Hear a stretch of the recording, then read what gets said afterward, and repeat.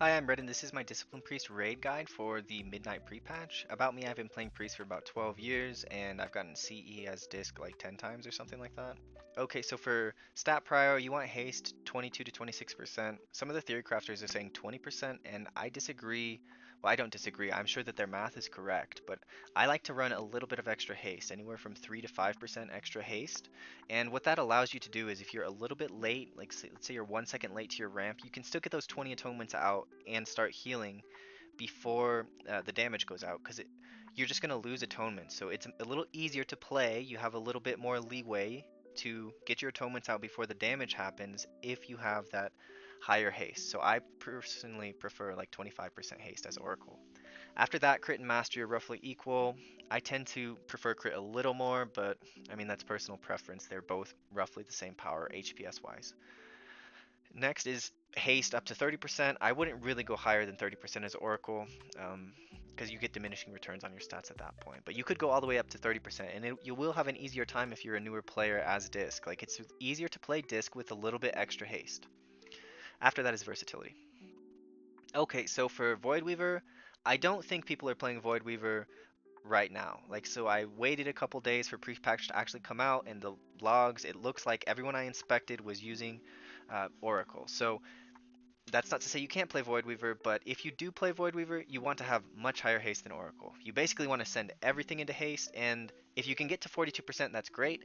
42% will make your Mind Blast the lowest possible cooldown, but you know, it's not completely essential to be all the way to 42 to play Void Weaver. You can still play Void Weaver if you're at 36% haste, and you can have a good time, right? Next after is Crit and Mastery, roughly equal, followed by Verse. Okay, so we no longer have tier sets. They're just static 3%, so don't need to talk about that. Okay, so the pre-side of the tree, there's not really that much like that you would do differently. So really, the only thing I really want to mention is you could take Phantom Reach as opposed to Angelic Bulwark. Angelic Bulwark is just a defensive, but it's not going to increase your HPS. Phantom Reach could increase your HPS because if you can reach people who are a little bit farther away, then you can give them atonement, and that's a substantial amount of healing that you can do. So for bosses where people are spread out, Phantom Reach. For bosses where people are like close together and you don't need it, I would take Angelic Bulwark. There's a couple other talents that I say you can flex out of, but I don't really want to talk about that. It's not important. Okay, so for the priest side of the tree, or the disc side of the tree, I think this is the optimal build right now for PTR. So I think other guide writers would argue that Shadow Tap is more important than extra Shadow Word Pain Healing, but I think Shadow Word Pain Healing is a little better. If we were fighting long encounter bosses, I would be taking Shield Discipline as opposed to one of these two because mana is important, right? But when the bosses are lasting anywhere from a minute and a half to 4 minutes long, you're never going to run out of mana, so you can use that talent elsewhere to do a little more healing. Okay, so the middle part of the tree is the Oracle part of the tree. So I think this is, I don't really think there's an argument for any way to use your points right now other than this. So this, you really, really want to get this. Atonement from Holy Spells increased by 20%, and it just so happens that your number one atonement healer is Penance. So 20% more healing from Penance. Very, very good. Then we also want to take preventive measures. That increases our powered shield healing. And then you want Prompt Prognosis. It makes your Penance even stronger. We're just trying to buff the heck out of our Penance. It's our bread and butter right now. And then Piety. So you always want to make sure to have atonement on yourself during a ramp because that's what piety does. It redistributes overhealing on yourself, right? Okay, so with that out of the way, we'll talk about the ad fight build. So for an ad fight build, you really want to take all the Shadow Word Pain talents. So the only way I can see to like do that effectively, I think, is to drop Divine Procession and take the Shadow Word Pain talents. And then this is a bug. So yeah, this is probably what I do. You could drop this, you could drop this and get uh, more haste, which is even nicer. So yeah, something like that, and you'll do just fine. Okay, so I'm not going to talk about this too much, but the core damaging abilities. So Mind Blast is something that you need to think about with its current amount of damage that it does, it's not like a heavy hitter. What it does do is it procs Power of the Dark Side. So Dark Indulgence makes your Mind Blast generate Power of the Dark Side and uh, makes your uh, penance do more damage. So the first penance after a Mind Blast is the most important penance. You do not want to waste this penance. You do not want to accidentally use it early because that penance is doing 30% more healing. So think of Mind Blast as a tool to buff your regular penance. Um, then when you're in a ramp, you want to be filling with Smite or Power Word Shield to extend the atonements of people who are running out. And you can also, if you have to move and penance is on cooldown, you can use a Shadow Word Death as a movement spell. It's quite nice. Okay, so this is a Disc Priest, if you're totally a beginner, is based off of Atonement. So your abilities, they give you a spell called Atonement. It's this buff right here.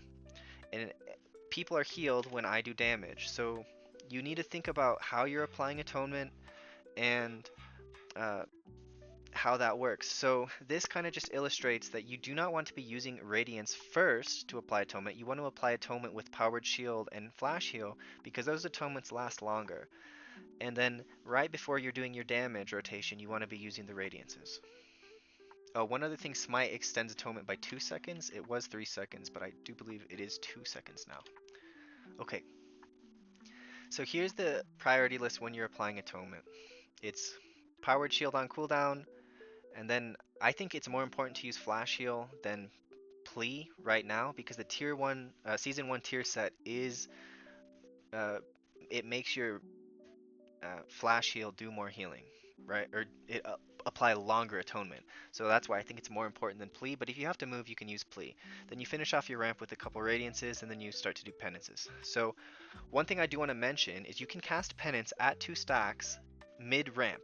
Like, so let's say I ramp for, I get 8 atonements out. I could use a penance, get it on cooldown, and bump those people's health bars up. You'd be doing effective healing, and you're not going to be wasting any penance casts.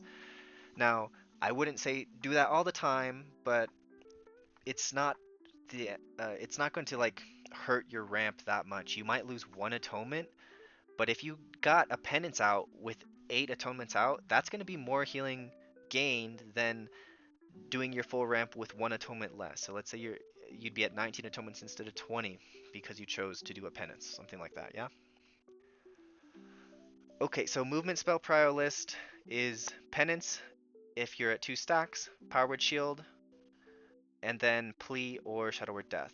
And then uh, obviously you want to keep your shadow word pain on the target, but generally in raid you just have to use shadow word pain the one time. So right at the beginning of the boss you want to use shadow word pain, and then every time you penance on the boss you're going to be extending that duration. So you basically just have to cast the shadow word pain once. But if you're moving and you happen to cast a Shadow Word Pain, like it's not the worst thing you could be doing. It's better to cast a Shadow Word Pain than cast nothing because you always want to be casting a spell. The ABCs of raiding, always be casting, baby. All right. So ramp DPS rotation is Radiance, Radiance. So you get it, your 10 atonements out, then you do Radiance, Radiance, Mind Blast, followed by Penance, and you could do 2 penances in a row depending on the damage breakdown. So uh, right when the damage happens, ideally you want to be finishing that Mind Blast cast and then sending a penance. Alternatively, you can uh, you can Radiance, Radiance, Mind Blast, and then the damage is about to go out. You could and you send your penance. So you can send your penance right before the damage comes out, so that the moment the damage comes out, your penance is already traveling. Boom, damage comes out and it hits the boss, right? So that's what we want to do. We want to hit the boss with our super powered penance from our Mind Blast right when the damage goes out. Then we fill with Smite, and then we use our penances when the group is low, and you don't want to just send them both all the time. It's really, really, really important that you don't waste your penances. So you want to use penance when people are injured. If people are full health, it's a waste. So you fill with Smite. While people are still full health, people get damaged, you use your next penance, right? Okay, now I kind of want to talk about a powered or an evangelism ramp. So, you know, uh, you can use an extra uh, powered radiance, because you only need one powered radiance for an evangelism ramp, right? Like, uh, you, because evangelism now it's been changed. If you haven't realized, it makes your next power. It applies a powered radiance. So when I cast evangelism, I'm applying atonement to all people, right? So you think of this as a powered radiance, and then so what you can do is you can use a radiance early, you can use a penance, then you can continue your ramp, get back to 10 atonements, evangelism, uh, then use your second radiance, which will be instant cast. You can use like these two could be swapped, you know, it doesn't really matter that much. The most important thing is that you get this mind blast out before this first thing, because the damage is coming out right here, right before your first or your double penance, right? So that's kind of the way you want to think about an evangelism ramp. Okay, so now I wanted to talk about, just go over some gameplay where this is the first raid after pre-patch with all the add-on changes. So you notice at 12 seconds I started, before the boss was pulled, I used my first atonement. Then I'm getting atonement out.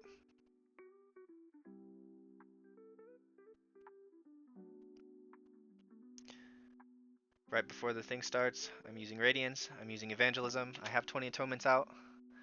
I Mind Blast, I Penance, I Penance again. Um, Smite, I had to move, so I Penance. So you just fill with Smite. And then I decided to Ultimate Penitence at the end here. I wanted to steal all of the healing, which I did a quite nice job at the beginning. So I stole all the healing, and that's quite nice. So now we're going to go to my next Evangelism ramp. So there's boss is going to cast Spirit Bomb, and I'm actually not prepared for this.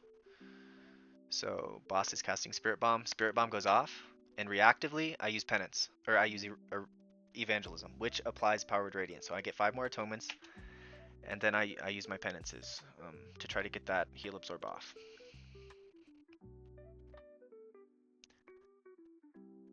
So yeah, filler, I'm using Mind Blast, Smites, and penances. I try to use Power Shield kind of on cooldown, not necessarily always on cooldown, but if I have to move, Power Shield is a great spell. It applies long duration atonement and all that jazz. So this boss is over. Next, I want to talk about the Dimensius uh, first ramp, and part of the reason I want to do that is because I did write a raid cooldown sheet on the Viserial website for this boss. So I copied this cooldowns right here, and then I went into the game, and this is called Northern Sky. So I type \NS, that opens my Northern Sky add-on. I go to the Reminders tab, I go to Personal Reminders, and this is what I, pasted in, right? So that's what I pasted in. I clicked load, and then now my personal domain reminders are showing at the top left of my screen, and when the fight is actually active, they will show up on the screen. So I'll show you what that looks like. So we still do have the ability that we used to. So I land, and you see immediately once the boss pulls, it's telling me, okay, Evangelism and Radiance in 8 seconds. Then Ultimate Penitence in 10 seconds or whatever, right? So I get my, so I get as many atonements as I can out, and then I say, okay, I got to evangelism, so I evangelism, I mind blast, then I'm penancing twice, and then I ultimate penitence. And this was almost perfect timing. It would have been a little better if I had been slightly sooner on that ultimate penitence, but it doesn't ultimately matter that much. It's really, that was just about stealing healing. It's not really that big a deal. You just want to steal healing when you can. So yeah, please sub or my fiance will leave me.